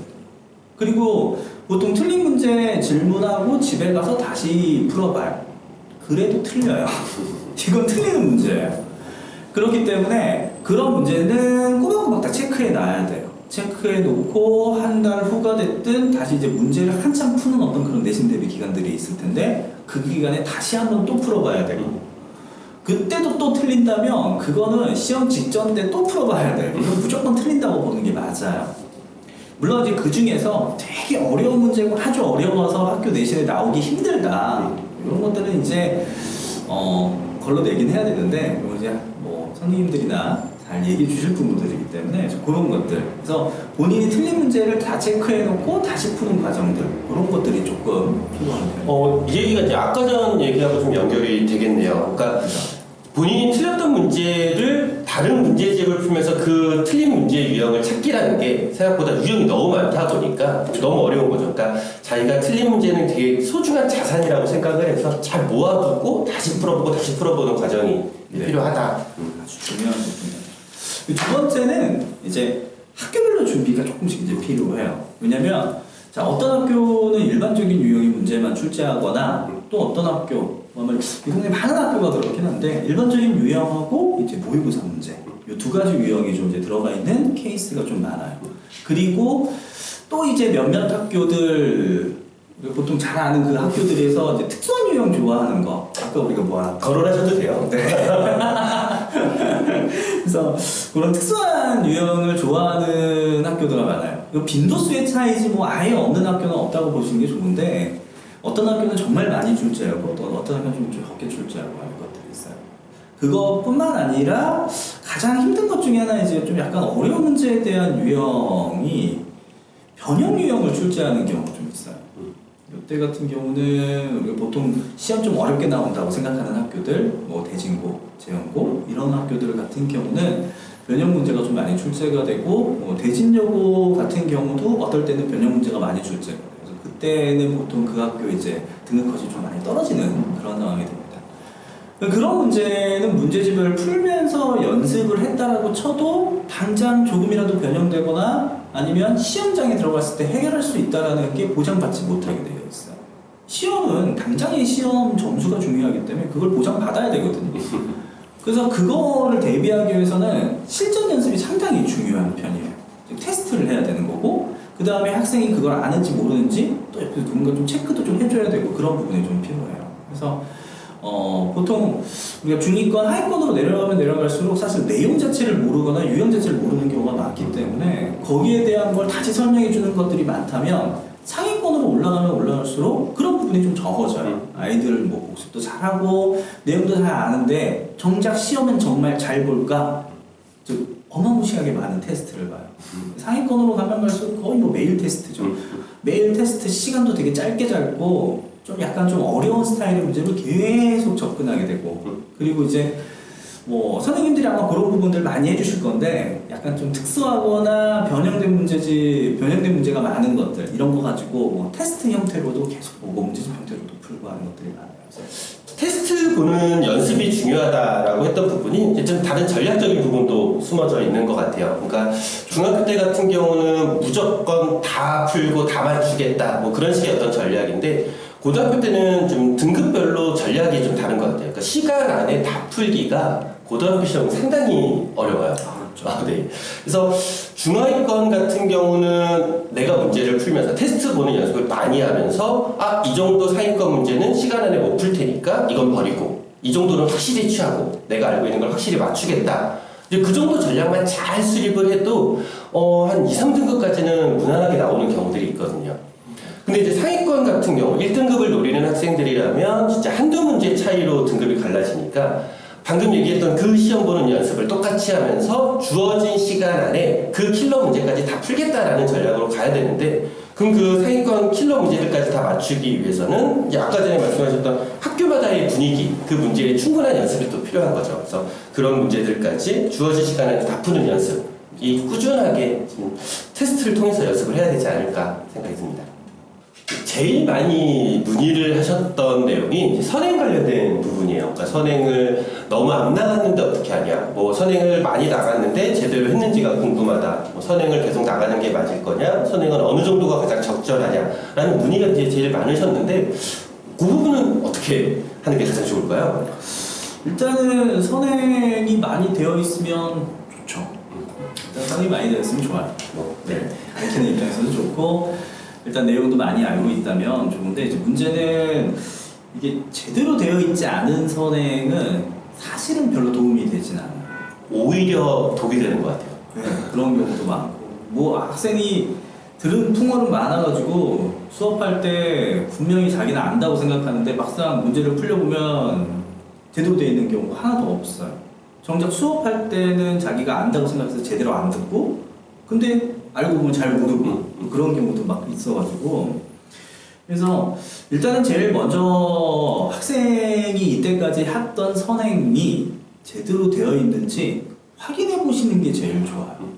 뭐 어떤 루트를 통해서 확인해 보셔도 되고 아니면 뭐 저희 학원에 오셔서 테스트 한번 봐보시고 상담 한번 받아보세요. 그냥 확인해 보고 시험 봤는데 뭐 제대로 되어 있냐 안 되어 있냐 수 상하도 제대로 안 되는데 수원을 나갈까요? 뭐 의미가 없어요. 안 나가는 게 무조건 나아요. 일단 수상화부터 해야죠. 당장 시험 봐야 되는데 무슨 그거는 별로 의미가 없는 개념이에요. 특히 이제 또 학기 중에 선행 같은 경우 고등학생이 선행이 급하다고 하여 학기 중에 선행을 하는 경우가 되게 많은데 저는 이제 이렇게 생각해요. 중학생은 시간적 여유가 있다. 지금 배우는 과정이 그렇게 양이 많지 않으니까. 그리고 사실 그게 당장의 대입에 영향을 미치거나 하는 그런 것도 아니에요. 그래서 중학생의 선행은 약간 투자 같은 개념이라고 생각을 해요. 근데 이제 고등학교의 선행은 투자 같은 개념이 아니에요. 지금 당장 시험 봐야 되는 게 있고 지금 당장 여기 써야 되는 시간이 있는데 그 시간 쪼개가지고 다음 과정 게다가 좀 효율도 좀 낮아요. 지금 당장에 급한데 다음 과정 공부하고 있으면 애들이 제대로 될 리가 별로 없거든요. 그러니까 약간 투자라기보다는 도박 같은 개념이에요. 다음 과정에 그죠? 지금 걸 쓰지 않고 그거를 다음 과정에 이렇게 밀어 넣는 거예요. 그러다 보니까 효율도 너무 낮고 그래요. 그래서 되도록이면 학기 중에는 선행을 안 하는 게 낫고 선행을 한다면 방학. 이제 지금 여름방학이 너무 짧아서 진짜 한다면 겨울방학을 하는 거죠. 겨울방학 때 되도록이면 선행을 많이 뺄 수 있으면 빼되 보통 학기 들어가면 고등학생은 겨울방학 때 할 수 있는 과정이 2학년 넘어가면은 한 2과목에서 3과목 뭐 이렇게 공부를 해야 돼요. 겨울방학 때. 그래서 지금 방학 때 뭐 예비고일 때 선행을 좀 더 빼는 거는 나쁘진 않다고 생각하는데 일단 제일 중요한 건 이때까지 뺐던 선행을 믿지 마시고 확인 한번 해보시고 그 다음에 맞는 과정에 대한 선행을 하시는 게 좋고요. 그리고 계속 얘기하지만 선행보다 복습이 더 투자에 가까워요. 학생은 지금 하고 있는 과정을 제대로 복습이 되면 확실하게 도움이 되는 부분들이 있기 때문에 그래서 부모님들이 선행이라는 부분이 투자라고 생각하지 말고 시간을 투자하는 건 복습이 훨씬 더 투자의 개념에 가깝다라는 거 그 부분은 꼭 기억해 주셨으면 좋겠습니다. 저희 학원에 매년 이제 예비고일 신입생들 중에 저희가 고3 졸업할 때까지 그러니까 각 학교에서 뭐 특히 뭐 대진, 재현, 뭐 설화벌, 수신이라고 불렸던 대진요 그런 학생들을 저희가 꽤 수업을 했었는데 걔네들이 예비고일 때 저희 학원 들어왔을 때 진도가 수학 4과 뭐 그 정도 좀 봤어요. 그런 애들 되게 많았어요. 근데 걔네들이 그 부분이 굉장히 탄탄하게 되어 있었고 그게 탄탄하게만 되어 있으니까 진도가 그냥 쭉쭉쭉쭉쭉 나갔거든요. 그러니까 제대로만 돼 있다면 선행 속도 나가는 거는 별 큰 문제가 아니라서 지금 당장 뭐 수원 수투 안 봤는데 어떻게 해요를 고민하실 필요는 아닌 것 같고 가장 중요한 건 현재까지 좀 잘 되어 있다는 전제 하에 그 다음에 속도를 내는 거는 뭐 저희도 무조건 찬성입니다. 그죠. 속도가 훨씬 빨라요. 맞아요. 방학 때만 해도 일단은 기본적인 과정이 잘 되어 있고 그 다음에 공부하는 방법론이 잘 되어 있고 방학 때 과정 하나를 나가도 훨씬 더 효율이 좋고 그렇게 한 2번 정도 돌면이겠죠? 한 해 정도만 돌아도 벌써 진도가 거의 다 끝나가는 아이도 되게 많아요. 그래서 항상 과정을 탄탄하게 잡는 것 같아요. 근데 뭐 반대로 잘 안 되어 있는데 막 선행에 막 나가서 2-3번 봤다라고 하는 애들은 그 다음에 진짜 내신 대비 기간에 와서 그 단원을 다시 진짜 제대로 공부를 하려고 하면 오히려 되게 뒤섞여 있어서 되게 수업을 끌고 가기 되게 어려운 경우들이 되게 많아요. 그러니까 선행을 나갈 때는 진짜 현재 것부터 잘 밟아가는 게 가장 고등학교 때는 이제 실전이니까 중학교 때하고 다르게 정말 질문이 많으셨는데 선행에 대한 부분들 계속 말씀드리지만 선행보다는 복습, 공부법, 공부하는 방법론 요게 잡혀져 있는 게 훨씬 더 성적에 도움이 됩니다. 그리고 이제 선행을 나간다면 일단 가장 큰 포커스는 겨울방학 때 그게 가장 포커스가 맞겠죠. 2부에서의 결론은 결국 요령 꼭 공부해야 한다. 그 요령은 복습이고 복습의 익숙함이 나중에 큰 차이가 나게 된다라는 이야기였습니다. 하지만 공부법이라는 게 알고는 있지만 못하는 게 공부법이라서 어느 정도의 도움, 지도, 방향 제시를 해줘야 됩니다. 저희는 이것이 학원의 역할이라고 생각을 합니다. 제대로 공부하게 해서 최상의 성적을 내게 도와주는 곳, 그것이 학원이겠죠. 3부에서는 저희 수학만학원이 어떻게 학생에게 이러한 도움을 주게 되는지 말씀을 드리고자 합니다. 이번 순서는 수학만 교육부장님을 모시고 좀 저희 학원 시스템에 대해서 좀 설명을 드리겠습니다. 저희 학원 이기용 교육부장님이십니다. 안녕하세요. 지금 예비고일 개강 언제 하는지에 대한 문의도 좀 많으셨어요? 저희가 예비 고일의 개강은 11월 14일로 예정이 되어 있고요. 그리고 뭐 입학 테스트는 저희가 수시로 이제 예약을 받아서 그 접수를 받고 있으니까 아무 때나 편하신 때에 예약해 주시면 언제든지 입학 테스트를 보실 수 있고요. 그리고 테스트 비용은 무료입니다. 그리고 이제 반 구성에 대한 질문도 많으셨어요. 그러니까 반이 수준별인지 학교별인지, 뭐 문이과 선택 과목에 대한 구분이 돼 있는지에 대한 문의가 있으셨어요. 일단 저희 학원은 뭐 국어나 영어처럼 지문에서 문제를 출제하는 그런 구조가 아니기 때문에 수학은 일단 수준별로 저희가 반을 편성하고 있어요. 일단 그렇게 편성되었을 때 장점이 첫 번째 학생들이 이제 학생들마다 받아들일 수 있는 그 설명의 수준이 조금씩은 다 다를 텐데 아무래도 본인과 비슷한 수준의 비슷한 수준의 학생들끼리 반이 구성되어 있어야 강의를 하는 사람이 그 수준에 맞춰서 동일한 수준으로 수업을 진행할 수 있다는 장점이 한 가지 있고요. 또는 학생들이 이제 오답을 숙제를 하고 나면 오답 질문을 해야 되는데 일단 질문을 올리는 양과 그리고 질문의 수준이 비슷해야 학생 입장에서도 질문을 하기가 좀 더 수월한 분위기가 형성되는 것 같아서 저희는 수준별로 반을 편성하고 있습니다. 그리고 저희가 이제 수준별로 반을 편성한다고 말씀을 드리면 그런 걱정을 하시는 분들이 계세요. 그럼 학교 시험 대비할 때는 학교 분위기가 다른데 반영이 안 되는 거 아니냐? 이 부분에 대해서 제가 잠시 후에 설명을 드리도록 하겠습니다. 그러면 지금 저희 학원 수업이 어떻게 쭉 진행되는지 좀 간략하게 설명 좀 해주세요. 저희 학원은 일단 일주일에 2번 등원을 하고 있고요. 한 번 등원했을 때 보통 이제 4시간 수업을 하고 하원한다고 생각하시면 되는데 일단 주중에 수업과 주말에 있는 수업 좀 달라요. 저희가 아까 말씀드렸듯이 이틀을 등원을 하는데 하루는 주중에 하루 그리고 모든 반들이 하루는 이제 주말 이렇게 시간표가 짜져 있고요. 주중에 수업하는 4시간 수업은 일단 학생들이 오게 되면 오답에 대한 질문을 받고요. 그리고 전 수업 내용에 리뷰하고 그 다음에 진도 강의가 진행이 되고요. 전체가 판서 수업으로 진행이 되고 주말에 있는 4시간 수업은 저희가 2시간을 구분해서 앞에 2시간 수업은 주중에 수업과 똑같이 오답 질문 받고 뭐 복습하고 그리고 이제 진도 강의가 진행이 되고요. 그리고 2시간 첨삭 수업은 저희가 이제 가장 중요하게 생각하는 수업 중에 하나가 이 바로 첨삭 수업인데 저희 첨삭 수업은 담임교사가 직접 운영을 하고 있어요. 저희 학원에 알바 선생님이라든가 아니면 보조 강사 선생님들이 전혀 안 계세요. 모든 수업은 강의를 담당하고 계신 담임 선생님들이 직접 다 강의를 하고 계시고요. 그러니까 1대1 첨삭 수업에서는 일단 일주일 동안 수업이 진행된 부분에 대해서 테스트를 보고요. 그 내용에 대해서 이제 부족한 부분을 담임 선생님이 첨삭 수업을 진행을 하게 되는데 저희가 이 첨삭을 진행할 때 몇 가지 이제 과정이 있겠지만 첨삭 테스트를 보고 나서 아이들 이제 오답의 정도가 같은 반에도 다 다르거든요. 그러면 뭐 학생들이 예를 들어서 심화 문제 한두 문제를 틀렸다라고 한다면 이런 경우에는 그 문제를 이제 질문을 설명해주고 이것이 어떻게 더 응용될 수 있는지 부분들 뭐 그런 부분에 설명이 이루어질 거고요.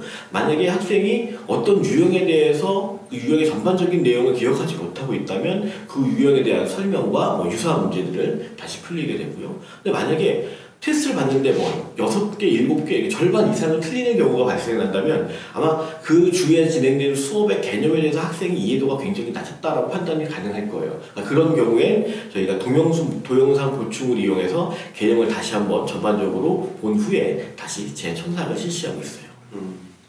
정원에 대한 얘기도 좀 많이 물어보셨어요. 네네. 일단 저희는 정원이 따로 정해져 있진 않지만 한 강사가 한 수업에서 적정하게 학생들을 관리할 수 있는 인원을 넘지는 말아야겠다는 판단이 있어서 저희가 10명 이내로 구성을 하고 있고요. 그리고 실제로 저희 학원의 모든 반은 다 10명 아래로 인원이 구성되고 있습니다.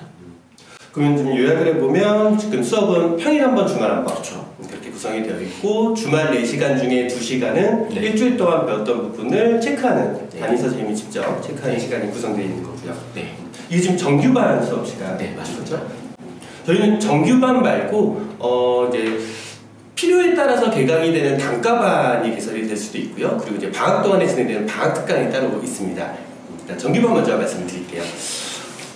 지금 이제 11월 달에 개강하는 예비고1반 어떤 반이 개강되는지도 많이 물어보셨어요. 저희가 매년 개강을 할 땐 예비고일 같은 경우는 8개 반을 기본적으로 개강이 되고요. 거기에 뭐 플러스 알파에서 한두 반 정도가 더 추가되거나 줄어들 수 있는데 뭐 각 과정별로 이제 기본을 나가는 기본반과 심화 복습반들이 개설이 되고요. 또 선행이 개중에 빠른 학생들이 또 있어요. 그런 학생들을 위해서는 심화 복습반이라든가 뭐 이런 반들이 과정별로 운영이 되고 있어서 모든 상황에 있는 학생들의 반을 다 개설할 수 있는, 수용할 수 있는 그렇게 반을 가지고 있습니다. 8개 정도 반이면 적지 않으니까 웬만한 그렇죠. 반이 다 있다고 생각하셔도 되겠네요. 그렇죠. 작년 같은 경우에도 저희가 8개 반에 9개 반이 개설됐으니까요. 네, 충분한 반을 가지고 있습니다.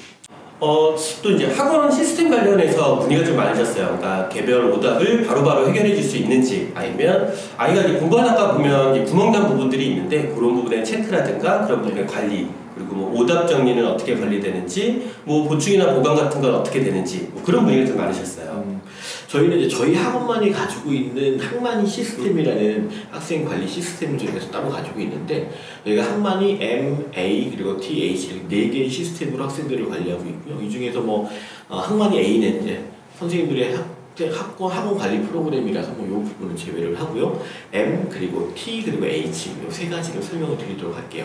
일단 학만의 M은 간단하게 말씀드리면 동영상 다시 보기 시스템이다 라고 생각하시면 될 것 같아요. 저희가 이제 수업을 진행하다 보면 원장님도 이제 이런 학생들이 있으시겠지만 수업을 듣고 나서 막 많이 졸았다거나 유난히 졸았다거나 이런 학생들이 있으면 학생들이 오늘 가서 인강 다시 볼게요 라고 얘기하는 경우가 있어요. 그런데 물론 이제 인강을 보는 것도 좋은 방법 중에 하나인데, 그보다 더 중요한 건 선생님들마다 어떤 개념에 대해서 접근하는 방법이나 설명하는 뭐 방식이 조금씩 차이가 있고요. 그리고 또 어떤 그 문제에 대해서 풀이하는 방식도 또 차이가 있다 보니까 학생들 입장에서 그러한 차이점을 가지고 이게 같은 개념이 아닌 거 설명한다라고 인식되는 경우가 있어요. 그래서 일단 본인이 들었던 수업을 다시 듣는다라는 건 이러한 부분에서 이제 오해를 불러일으키지 않을 수 있는 장점이고요. 또 한 가지는 인강을 보면 그걸 질문할 사람이 없지만 학원에서 본인이 들었던 수업에 대한 동영상을 다시 들었을 때는 또 그 부분에서 이해가 안 가는 부분이 있더라도 학원에 와서 질문을 할 수 있으니까 훨씬 더 본인이 수월하게 받아들일 수 있는 장점이 있다라고 생각을 하시면 될 것 같아요. 이게 확실히 그러니까 학만이 M 같은 경우는 이제 학생이 다니기 시작한부터 이제 고등학교 졸업할 때까지 학생이 들었던 모든 수업이 다 저장이 되어 있어요. 그러니까 애들이 이제 선행을 나가서 몇 개월 전에 선행을 했는데 이제 까먹었던 부분들, 그게 이제 본인이 들었던 수업을 빠르게 한번 들으면서 빠르게 복습도 할 수 있고, 이제 잘 활용하는 애들은 정말 잘 활용을 하고 있고요. 잘 활용 못하는 애들은 저희가 관리를 통해서 활용을 할 수 있게 관리를 하고 있습니다. 그럼 두 번째는 학만이 H에 대해서 설명을 드릴게요. 학만이 H는 과제 관리 시스템이다라고 생각을 하시면 될 것 같아요. 제가 이제 상담을 학원에서 주로 하는데, 상담을 하다 보면 어머님들이 이런 질문을 하세요. 학생들이 숙제를 하고 오답이 생기면 이걸 다시 풀어봐야 되는데 이거 다시 안 풀어보더라. 이런 경우에는 어떻게 다시 풀어보게 학원에서 관리를 하느냐라는 질문들을 많이 주세요.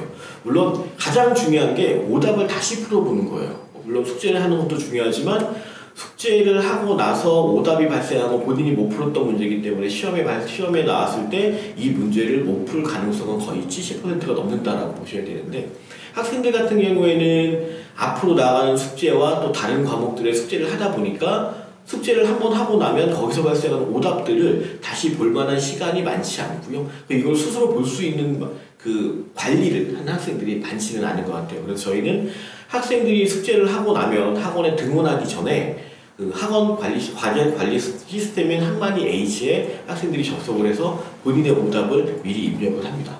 그러니까 뭐 이렇게 미리 입력을 하다 보니까 수업 시간에 와서 학생들이 질문을 만약에 그 현장에서 질문을 한다면 본인의 질문이 많은 경우에 자꾸 숨기려고 하는 그런 영향이 짙게 나타나요. 오히려 그러니까 이런 것들이 이제 중하위권 학생들이 그 부분에서는 훨씬 더 이제 심하게 나타내는데 미리 올리기 때문에 남의 눈치를 보지 않고 자기가 모르는 것을 모두 질문할 수 있는 장점이 있고요. 그리고 저희가 요 학생들이 입력해준 오답을 가지고 저희가 그 첨삭할 때 주말에 다시 한번 오답을 프린팅해서 간접적으로 풀 수밖에 없게 관리를 하고 있고요. 또 나중에 시험 대비기 들어가게 되면 요 시험 범위에 해당하는 오답들을 따로 출력을 해서 오답 노트로 제공을 하고 있으니까 어머니들이 걱정하시는 그 오답을 언제 풀게 하느냐라는 건 저희가 이제 2번을 강제적으로 풀게 하는 장점이 있죠. 예, 확실히 부장님 지금 말씀하신 대로 학생들이 질문하라고 하면 서로 눈치 보면서 자기 질문을 못하는 학생들이 있거든요. 일단 그런 부분에 어떤 해결점이 될 수 있을 것 같고요. 또 한 가지는 이제 H에다 숙제를 올린 거 부분과 아까 전에 이제 부장님이 얘기했던 저희하고 첨삭 시간, 학생이 푼 거를 비교를 해보면 애가 숙제를 제대로 했는지 진짜 대충대충 한 건지가 어느 정도 파악이 되거든요. 그리고 이제 또 한 가지는 학생들이 오답 노트 만드는 시간도 굉장히 아깝거든요. 그런 부분들까지 저희 학원에서 관리를 같이 하고 있다라는 말씀입니다. 그럼 항만이 시스템 중에 세 번째 항만이 T를 설명해 드릴게요. 항만이 T는 입체적으로 학생들을 관리하기 위한 프로그램이다라고 생각하시면 될 것 같아요. 기존에 설명드렸던 M과 H는 학생들이 학원 수업을 보다 효율적으로 들을 수 있도록 도와주는 시스템이라면 항만이 T는 선생님들 입장에서 학생들이나 수업을 좀 더 효율적으로 관리하게 만들어주는 시스템이다라고 생각하시면 될 것 같은데 저희가 수업을 들어가기 전에 모든 선생님들이 월별로 그리고 분기별로 계획을 수립하고요. 그 계획에 맞게 수업을 진행하려고 노력을 하고 있어요. 그러니까 저희들도 이제 이런 계획을 안 세우고 들어가면 그 상황에 따라서 진도가 빨라지기도 하고 늦춰지기도 하고 뭐 이런 문제점이 발생하기 때문에 항상 계획을 세우고 수업을 들어가고요. 그리고 때마다 저희가 세웠던 계획과 맞게 수업이 진행되고 있는지를 확인하면서 이제 수업을 진행하고 있고요. 또 이 프로그램을 통해서 앞에서 아이들이 동영상을 보고 그리고 숙제를 올렸던 것들을 기록해서 나중에 내신 대비나 아니면 차후에 결과에 대한 분석을 할 때 저희가 이런 프로그램들을 이제 사용해서 학생들을 관리하고 있고 이외에 성적이라든가 상담한 내용이라든가 과제라든가 그리고 학생이 전에 반을 이동한 경력이라든가 모든 학생에 대한 기록들을 한 곳에서 관리함으로써 학생들에게 좀 더 집중해서 관리할 수 있는 그런 그 상황을 선생님들에게 제공하고 있죠. 그러니까 저희가 학생들 이제 저희 학원 내에서 이제 반이 변경된 경우 그러면 이제 담임 선생님이 이제 바뀌게 되니까 학생을 파악하는 데까지 걸리는 시간이 있을 수뿐이 없거든요. 근데 저희가 이제 기록되어 있는 내용을 보고 학생이 어떤 교재를 받고 뭐 어떤 상담을 했었고 그런 부분들을 한눈에 볼 수 있으니까 반이 변경되더라도 담임 선생님이 학생을 파악하는 데 굉장히 빨리 파악할 수도 있고요. 그리고 이제 저희도 이제 사람인지라 이제 학생하고 보충을 잡아놓고 너 동영상 언제까지 보고 언제 보충을 하자라고 얘기를 하는데 저희도 까먹을 수 있거든요. 근데 그런 부분들이 이제 뭐 학마니티에서 다 조회가 되고 학생이 언제 동영상을 봤는지 뭐 언제 안 봤는지 숙제를 언제까지 했는지 언제 숙제를 못 했는지 뭐 그런 부분들이 다 확인이 돼서 좋은 장점인 것 같아요. 방금은 이제 저희 학원 학마니 시스템에 대한 부분을 말씀을 드렸고요. 이제 그 부분은 이제 시스템적인 부분인 거고 실질적으로 이제 학생이 관리하려면 이제 사람이 관리할 수뿐이 없고 그래야 정확하게 학생을 파악할 수 있으니까. 그래서 저희 학원은 철저한 담임제로 운영이 되고 있죠. 네, 맞습니다. 저희는 담임제로 운영이 되고 있고요. 그렇기 때문에 강의를 하는 사람과 거기에 대한 답변 그리고 그것을 체크하고 또 상담하고 분석하는 이 5가지의 역할을 하는 사람이 모두 한 사람이 맡고 있습니다. 그러다 보니까 일단 수업을 진행한 사람이 숙제를 제출해 주잖아요.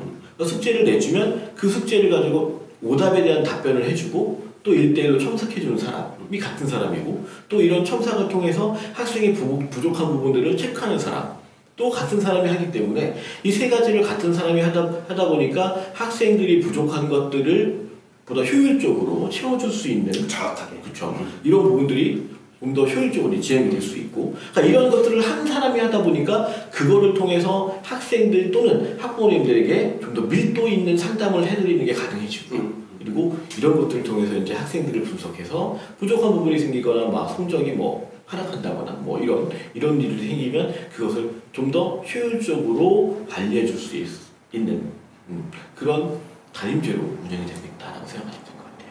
그러니까 확실히 이 부분은 그런 부분인 것 같아요. 그러니까 강의를 한 사람이 내가 어떻게 가르치는지를 알고, 그러면 질문을 받다 보면 학생이 내가 가르쳐준 내용을 제대로 안 하는지 몰랐는지를 판단할 수 있고, 그럼으로 해서 학생이 배운 내용을 제대로 이해했는지 안 했는지 체크를 할 수가 있는 부분이라, 이것이 다 같은 사람이어야 학생한테 나오는 문제점을 해결해 줄 수 있는 어떤 방법도 찾을 수 있고 행할 수도 있다고 생각이 들어요. 그래서 저희 학원의 모토이자 이렇게 해야 학생들이 성적이 오른다, 단연간의 경험 끝에 얻어낸 결론 같은 부분이에요. 그러니까 저희는 학생에 집중을 합니다. 그래서 아까 전에 말씀드렸던 철저한 담임질, 그리고 이제 학생을 제대로 알고 제대로 가르쳐야 성적이 오른다라는 이제 모토를 가지고 있는데요. 이제 그거에 대한 어떤 세부 지침 사항 같은 거죠. 그러니까 세부 저희가 실행 사항, 저희는 이제 일단 반복에 집중을 하고 있죠. 네, 일단 모든 학부모님들이 상담하실 때 말씀을 해주시지만 그러니까 부족한 부분들에서 어떻게 보완을 하느냐, 그러니까 그런 부분들을 가장 좋은 방법이 반복이다라고 저희가 생각을 하고 있고, 오늘 설명드린 학만이 M이나 학만이 H를 통해서 동영상을 반복적으로 보면서 개념의 이해도를 좀 더 끌어올릴 수 있고요. 그리고 학만이 H를 통해서 받은 질문을 관리함으로써 학생들이 오답을 반복적으로 풀이할 수 있도록 저희가 관리를 하고 있죠. 틀린 문제에도 집중을 하고 있죠. 그렇죠. 저희가 보통 틀린 문제를 2번, 3번 정도 반복하게 하게 했는데, 보통 교재, 그 숙제에서 이제 틀린 부분들을 그와 같은 문제를 다시 반복적으로 프리팅해서 학생들의 제공을 함으로써 푸는 것들을 이제 관리하고 있고요. 그리고 저희 학원 교재 중에 이제 필수형 테스트라는 교재가 있는데, 이 교재는 문제를 틀리게 되면 그와 유사한 문제가 2문제에서 3문제 정도 딸려 있는 프린트를 따로 저희가 제공을 해주고 있죠. 그래서 모든 문제들은 학생이 틀렸다면 그 문제를 다시 최소 한두 번은 반복해서 풀 수 있게끔 관리를 하고 있습니다. 이 두 가지 부분이 이제 아까 전에 말씀드렸던 학만이 M과 H를 통해서 시스템적으로도 이제 구축이 되어 있긴 하지만, 실질적으로 이제 아까 말씀을 드린 것처럼 선생님이 학생에 관심이 없으면 이 부분을 어떻게 체크할 수가 없거든요. 그래서 저희는 학생들 한 명 한 명 왜 틀렸고 왜 모르고 그렇게 해서 왜 반복해서 틀리는가를 계속 분석을 해서 반복과 틀린 문제에 계속 집중을 하고 있습니다. 그리고 이제 가장 중요한 부분이 될 수 있는데, 저희는 시험에 집중을 합니다. 저희가 시험이 끝나고 나면 보통 이 지역에는 13개에서 15개 정도 학교가 있는데, 모든 학교의 기출 시험지를 수거해서 그 부분을 선생님들이 모두 다 풀이를 하고요. 이 부분을 풀이 후에는 선생님들과 세미나를 통해서 어떻게 우리가 다음 시험을 준비해야 될지, 그리고 이번 시험 대비해서 문제점들이 무엇이었는지를 저희가 이제 세미나를 통해서 학습을 하고, 그리고 다음 수업, 다음 시험에 대비할 수 있는 기초 자료를 삼고 있고요.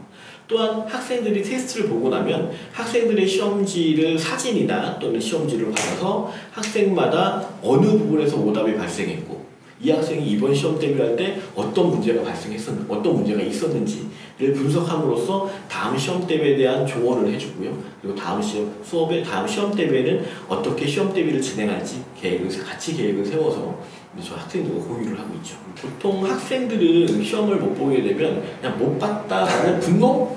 못 봤다, 잘 봤다, 좌절, 그 두 가지만 그렇죠. 있죠. 못 봤다, 잘 봤다, 이 좌절감, 분노? 이런 것들만 생각하게 되는데, 일단 가장 중요한 것은 어떤 부분을 어떻게 틀렸느냐를 분석하는 게 중요한 것 같아요. 물론 이제 상위권의 학생과 하위권의 학생들이 틀리는 유형이 다르겠지만, 기존에 봤던 시험에 대한 철저한 분석이 있지 않고서는 불가능하죠. 맞아. 시험을 제대로 알아야 시험 대비를 해줄 수가 있으니까. 시험 분석도 저희는 단순히 이제 시험 문제도 쉽다 어렵다 그런 식의 분석이 아니라, 일단 계산량이 많은지, 실수를 많이 하려면 문제인지, 진짜 문제가 어려운 건지, 그런 문제가 어느 정도 비율로 들어가 있는지, 그리고 이 학교 애들은 시험 대비를 할 때 시험 보는 연습을 더 많이 시켜야 될 건지, 어려운 문제를 더 많이 보게 해야 될 건지, 그런 정도까지 분석을 해놓고 학생 상황에 맞게 시험 대비를 어떻게 해야겠다라는 전략을 짜고 들어가야 학생들이 성적이 지금 오를 수 있거든요. 일단 우리는 그래서 시험에 집중을 하고 있습니다. 이제 방금 이제 저희가 시험에 집중한다고 말씀을 드렸는데요. 이제 시험 대비 관련된, 내신 대비 관련돼서 질문도 굉장히 많으셨어요. 아무래도 이제 내신 대비가 가장 중요한 부분이다 보니까, 그래서 내신 대비 관련된 이제 수학만의 어떤 핵심 전략, 특화된 프로그램은 어떤 것이 있느냐라고 이제 물어보셨습니다. 일단 내신 대비에서 가장 중요한 부분 중에 하나는 학생들이 자기가 모르는 문제에 대한 질문을 좀 편안하게 할 수 있어야 된다. 질문이 정말 자유롭죠. 그렇죠. 그러니까 저희 학원의 가장 장점 중에 하나는 질문이 가장 자유롭다라는 거잖아요. 그래서 보통 선생님이 6시에 수업을 들어가시는데, 그 6시 이전에는 학생들이 언제든지 들려서 저희가 모르는 것들을 자유롭게 질문하고 갈 수 있는 시간이 준비가 되어 있고요. 그리고 저희가 주말에 하는 첨삭 시간에도 본인이 모르는 것들을 같이 이제 추가적으로 질문할 수 있다 보니까 학생들이 보기 모르는 걸 효율적으로 보완할 수가 있고요. 그리고 학생들이 이제 내신 대비 기간이 들어오면 공통적인 개념에 대한 수업이 다 진행된 이유이기 때문에 학생들마다 모르는 부분들이 조금씩 다를 수 있어요. 근데 학생들은 선생님들이 너 모르는 부분이 어디야? 라고 물어봐도 사실 대답을 잘 못하죠. 보통 대답은 다 똑같은 것 같아요. 대충 다 아는 것 같아요. 다 알아요. 하지만 학생들은 자기가 어디를 모르는지를 알 수가 없어요. 그렇죠? 자기가 모르는 걸 무슨 수로 알아요. 그렇죠? 우리가 예약된 거 예약했던 걸 까먹었다면 그걸 내가 어떻게 알아요? 학생들도 마찬가지거든요. 그래서 저희가 첨삭을 통해서 1차적으로 학생들에게 저희가 첨삭을 할 때는 그 첨삭 부분을 알바 선생님들이 아마 보조강 선생님들이 하신다면 단순히 문제를 풀어주는 거에 그칠 수밖에 없을 거예요. 근데 저희는 담임 선생님들이 직접 첨삭을 운영하다 보니까 학생들에게 문제를 풀어주는 동시에 질문을 던져요. 이 부분에 대한 개념을 어느 정도 이해하고 있는지를 확인하기 위해서. 그래서 학생들이 모르는 부분들을 저희가 찾아내서 그 부분을 보완해주고 있고요. 처음에는 판서 강의 위주로 수업이 진행이 흘러가다가 나중에 내신 기간이 가까워지고 내신 대비가 들어가게 되면 판서 강의와 1대1 첨삭식 강의가 같이 혼합이 돼서 수업을 운영하고 있어요. 그러다가 내신 대비 기간이 내신 기간이 좀 더 시험에 가까워지면 그때는 거의 대부분 1대1 첨삭식으로 이제 수업이 진행이 되는데 이때 학생들이 학교 또 학생들의 수준에 따라서 주어지는 교재 프린트와 그리고 자료가 다 달라져요. 그리고 한 명씩 돌아가면서 질문을 하는 방식이기 때문에 이렇게 교재나 자료가 달라도 그 부분들을 저희가 다 선생님들 입장에서 이제 수용할 수 있는, 활용할 수 있는 그런 시스템이 마련되어 있기 때문에 그런 부분에 대해서는 크게 걱정을 하지 않으셔도 저희가 학원 수업에서 모두 다 관리가 가능한 상황이다라고 말씀드릴 수 있을 것 같아요. 그러니까 저희가 이제 평소 수업할 때 이 학생이 어느 부분이 약했었고 어느 부분에서 실수가 많았고 그런 부분들을 파악을 하고 있다 보니까 시험 대비가 가까우면 가까울수록 개별 프린트가 점점 많아지는 상황이라고 생각해 주시면 좋을 것 같아요. 그리고 이제 아까 전에 부장님이 말씀하신 대로 저희 학생이 자기가 모르는 거 잘 모를 수뿐이 없거든요. 근데 우리가 오히려 알고 있어서 너 이거 몰랐잖아, 너 이거 지금 까먹었어, 옛날에 자주 틀렸잖아 라는 부분을 먼저 제시를 하기 때문에 일단 학생들 시험 대비는 학생을 알아야 내신 대비를 해줄 수가 있어서 그래서 그런 부분 때문에 저희는 이제 한 시험 한 3주 전 그 정도부터는 신입생을 받고 있지는 않아요. 그 학생을 모르는데 시험 대비를 해줄 수는 없으니까 그래서 그런 부분은 다 같은 맥락이라고 생각해 주시면 좋을 것 같습니다. 그리고 이제 아까 2부에서 지금 부원장님하고 같이 이제 선행에 대한 얘기를 좀 말씀을 드렸었는데요. 학생이 진짜 딱 맞춰서 이번 겨울방학이 굉장히 중요하니까 딱 맞춰서 진도 계획을 잡아줘야 되는데 솔직히 저희도 이제 아직 학생을 보지를 못한 터라 수업을 해봐야 학생의 어떤 이해도 받아들이는 어떤 속도 그런 부분들을 잘 알 수 있기 때문에 일단은 현재 학생이 테스트 본 결과로 이제 진도를 정할 거고 11월 달에 이제 진도를 나가게 될 텐데 한 달 정도 학생을 수업하면서 받은 느낌을 12월 중순 정도에 부모님들하고 상담을 통해서 다 솔직히 한번 말씀을 드리고 겨울방학 계획을 이제 같이 계획을 짜게 될 거예요. 그래서 저희가 이제 이렇게 나가는 게 가장 좋을 것 같습니다라고 이제 추천을 드리게 될 거고요. 그리고 보면 이제 선행이 또 많이 안 되어 있는 학생들 경우에 학원을 다닐 수 있느냐라고 이제 문의를 하시는 분들이 많이 계세요. 근데 저희가 반을 아까 말씀드린 8개를 개설을 하는데 그 중에는 선행이 전혀 안 돼 있는 학생들을 위한 반도 개설이 되기 때문에 선행이 어느 정도 되어 있는 애는 사실 그게 학원을 다니고 한다는 거에 그게 중요하지는 않다라고 말씀을 드릴 수 있고 중학교 때 이제 얼마큼 선행을 나갔다가 중요하지만 고등학교 때는 저희는 이제 결과를 만들어내야 되는 과정이잖아요. 아무리 많이 나갔어도 내신에서 어느 정도의 결과가 나가지 않았다면 사실은 그 나간 그 진도를 나간 선행 과정은 아무런 의미가 없거든요. 저희는 결과를 만들어내야 되는 학원이다 보니까 철저하게 어느 정도 완성되는지 완성도를 기준으로 진도를 진행하고 있다라고 말씀드릴 수 있어요. 자, 이것으로 3부까지 마쳤습니다. 긴 시간 설명의 영상을 시청해주신 부모님들께 감사 말씀드립니다. 많은 도움이 되셨기를 바라며 2023년도 설명회를 마치도록 하겠습니다. 감사합니다.